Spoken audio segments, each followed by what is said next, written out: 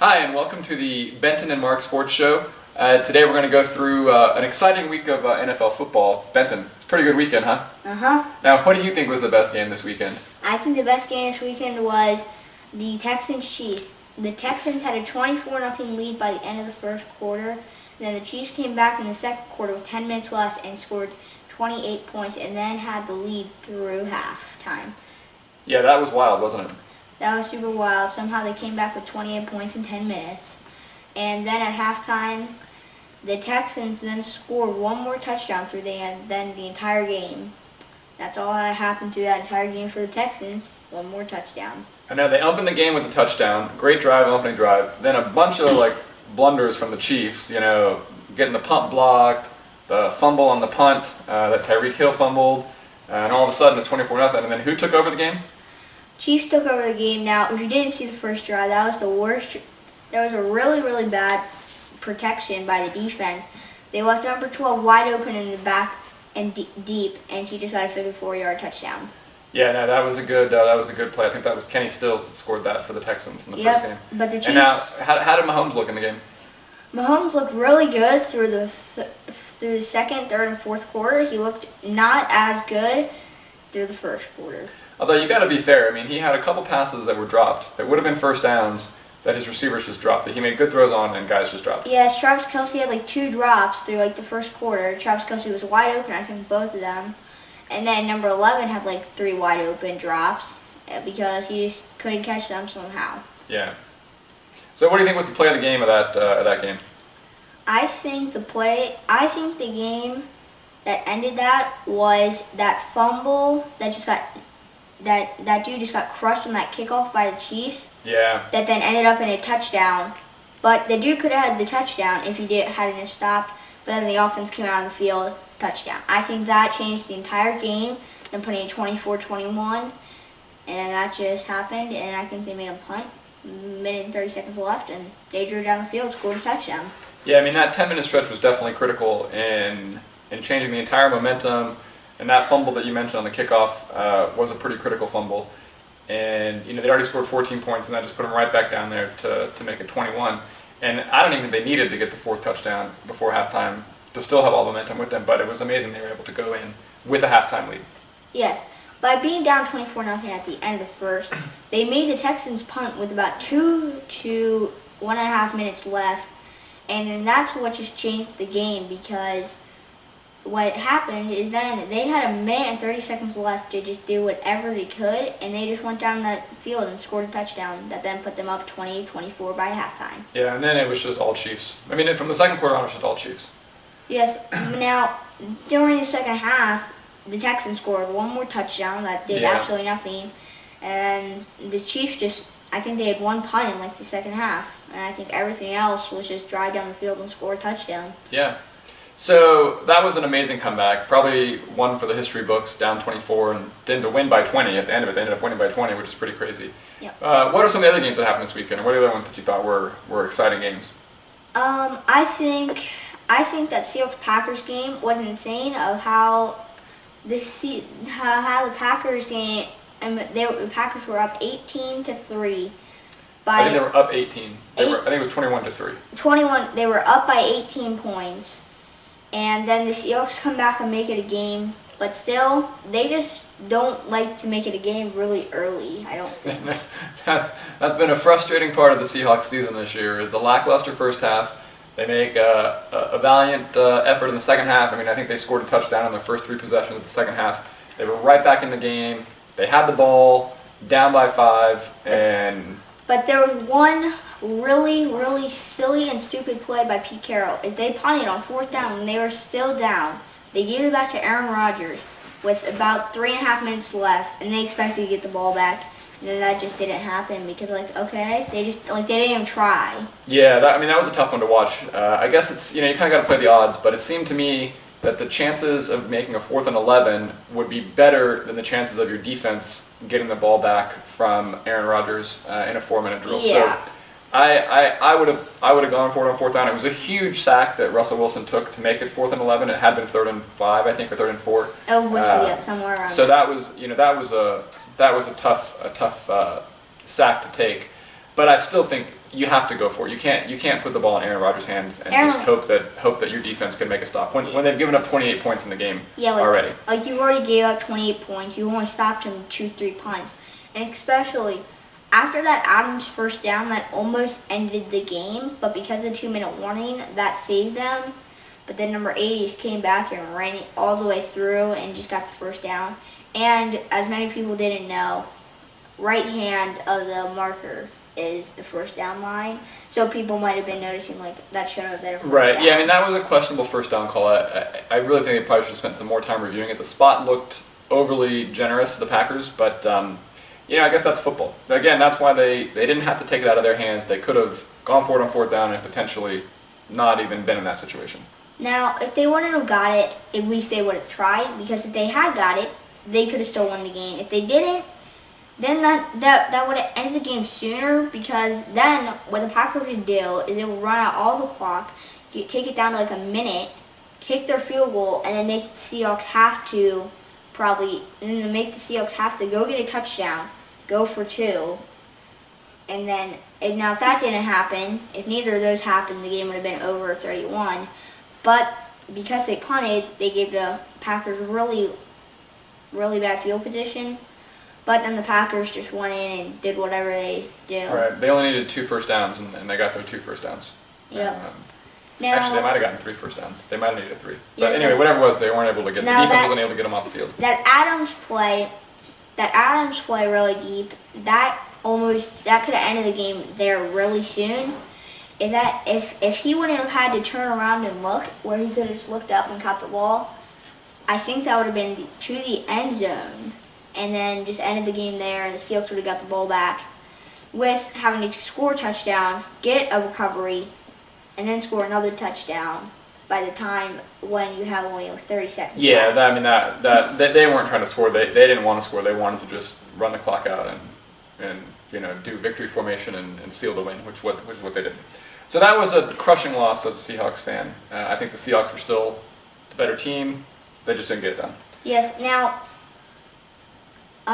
like the Packers, they just had 2 really good drives and then 2 really good defensive stops of stopping the Seahawks to punt twice and allowing them to get their field goal in the next drive. Yeah, that first half, the Seahawks offense did nothing. They did nothing. And for all the hype and excitement around Marshawn Lynch, like he got 2 touchdowns this night, but he was never a difference maker, and they couldn't get the running game going at all. I think that 4th string, 3rd string running back did, I think, even better than Marshawn Lynch did going into a dude that has that he might just make the Hall of Fame. Right. Yeah. No. Travis Homer definitely. Well, Lynch is older, and he's out of football, so he did what he could. So those were the games from yesterday. But let's now go to Saturday and talk about the Saturday games. Let's lead with the Vikings 49ers. That was probably the least exciting game of the weekend. Yeah, the Vikings looked pretty much terrible. Yeah, it was 14-7 during the first quarter, and that's just how that went. And then all the Minnesota Vikings could do through the rest of the game was get a field goal when the 49ers just went down every single play, and I think they made to kick about 1 or 2 field goals. I think they had to kick 2 field goals in the entire game. Yeah, I mean, they didn't, the 49ers offense didn't necessarily look great, but it did enough. The Vikings offense, I mean, everything that people talk about Kirk Cousins seemed to come through. He didn't step up. He didn't play well. They weren't able to get the running game going. I mean, Dalvin Cook, I think, only rushed for 18 yards or something like that. Something 18 yards and 9 carries. It was not a good performance. I mean, the 49ers were the better team. They probably should have won, but that was probably the least exciting game of the day. That Richard Sherman over Adam Thielen pick, that might have changed the game. If Adam Thielen had got that might have made it a closer game, or the Minnesota Vikings could do what they did the week before and beat the 49ers. Right. But because it was picked off, Richard Sherman just had the ball and he ran for a good 6-7 extra yards before Adam Thielen then caught back up. That's right. Yeah, turnovers kill you. So now let's talk about the Saturday night game, the big upset of the weekend. Talk us through that one. There was this one touchdown that the Titans... Hold on, let's lean in. Titans won the game 28-12. Yeah. Take it over. When there was that one first drive touchdown where the Titans dude had about a 10.8 catch probability, inbounds 17.8 probability, and he actually got that touchdown. And that kind of started their drive off, and then the Ravens looked horrible that entire game. Like, they just didn't do much. I think all they had was 4 field goals, and that was kind of all they did. They moved the ball. I think they ended up with like 530 yards of total offense. So they definitely were moving the ball, but they had 3 turnovers, and they were all costly turnovers. And, the Titans, while they gave up yards, they kept them out of the end zone. They did a great job, even though Lamar rushed for 140-something yards, I think they seemed to do a great job containing him. And especially on those 2, there were 2 4th-and-1s that the Ravens went for and didn't get. Lamar Jackson ran both of them, and they didn't do anything. I don't know why they did the 4th-and-1 in the first quarter. I do know why they did it in the third, because they were already down about 28-6. But in the first quarter, I do not know why you go for it on 4th-and-1. Like, it's 4th-and-1 on your own 40-something yard line. Yeah. Just seems really weird to me where you go for it. You got a speed quarterback. Easiest way to do it, put no one around him, hike the ball in the shotgun, put no one around him, and he just runs to the outside. And it could have either been the first down and many more, or it could have been a touchdown. But because he tried to run it right up the middle, they had 5, 6 dudes right there. So They just stuffed it. They just stuffed those 4th-and-1s. I mean, the Ravens, I think, were perfect. I think they had gone 8 for 8 in the regular season on going for it on 4th-and-1, and that's probably why they felt confident they could get it. And yet the defense stepped up both times, and those were game-changing plays. Yeah. Now, I think what happened, I think they just got so hyped of when they beat the Patriots the week before, and then they knew that they did not want to go home to this team right after beating that team right there. That had 6 Super Bowls. They did not want to go home right there. The Titans, you mean? Yes. Yeah. No, look, they definitely came prepared, excited, had a ton of energy. Derrick Henry, I think, rushed for 195 yards. He was just all over the field, and the Ravens just really had no answer for him. That was basically their whole offense. Tannehill threw 1 touchdown. That was it. And then Derrick Henry had the other 3 or so. But yeah, they were just not going home after that 6 Super Bowl team win over the New England Patriots. So you think they just rode that excitement from beating the Patriots into Baltimore Yeah, to beat the because Ravens? they did not want to lose to a team that had 1 Super Bowl, or maybe none, after beating the 6-time Super Bowl champions. Right. The Ravens have 2 Super Bowl wins. But yeah, they didn't want to go. They didn't want to lose, apparently. Yeah. So speaking of that, now they've got to go into Kansas City next week. So let's talk about the games next week. We've got the Titans, team that we just talked about. They just beat the number 1 offense in the league with the Ravens. A week ago, they beat the number 1 defense in the league in the Patriots, and now they're going to Kansas City to take on probably the number 1 offense still in the league. They're definitely the number 1 offense remaining in the playoffs for sure. So I think the hard part is gonna be stopping all of that, because as we saw if you didn't hear, you play man, Tyreek has better covered. Travis Kelce and Sammy Watkins open. You play zone, everyone else is covered, but Tyreek is wide open. So with that, you almost have to send a little blitz just to kind of get the quarterback, Patrick Mahomes, on his heels, so they don't. So Tyreek Hill can't get far enough, and then it ends up in a pick. Now if that doesn't happen, well, Tyreek Hill should burn mostly everybody in the field. So you think Tyreek Hill is going to be a critical part of this game? Yes. Who else do you think is going to be important for the Chiefs in this game? I think Travis Kelce, if he would just hold on to the ball a little more than he did last game, where he had 2 drops, I think he will be a much better player if he just doesn't drop many balls where he's wide open. I see. So what do you think? What do you think? Who's going to win, and what's the score going to be? I think the Chiefs are going to win 42-28. 42-28. I think it's going to be a little lower scoring than that. I think the Titans' defense is going to come to play. I do think the Chiefs are going to win, but I think it's going to be, let's say, 27-21. All right, now let's switch to the Packers going to the 49ers this weekend. What do you think is going to happen in that game? I think the Packers are going to have a good offense, but I think Richard Sherman is going to be covering Adams, and I think Adams might be picked off a few times. I I think Nick Bosa is going to sack Aaron Rodgers a few times. I just don't think that the Packers have a good enough team to go and make the Super Bowl this year. I think there's too many good teams in the NFC. I completely agree. I mean, the Packers got smoked in San Francisco earlier this season. I agree with Bosa. I think their entire pass rush is probably going to be in the backfield a lot of the game. I don't know whether Sherman gets a pick or not, but I do think the 49ers defense can shut down the passing game and the running game.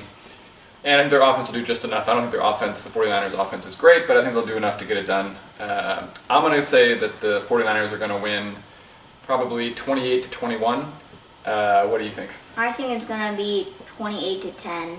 I just don't think the Packers. I just think that Sherman is going to pick a few or knock a lot away from Adams, and then then their offense kind of goes down. I think George Kittle is just kind of going to get like 10 yards, a lot of plays, run out a good bit of clock, and score a few touchdowns. And I just think I think George Kittle's going to do a lot for the offense. All right, so it sounds like we're both going with the 49ers and we're both going with the Chiefs.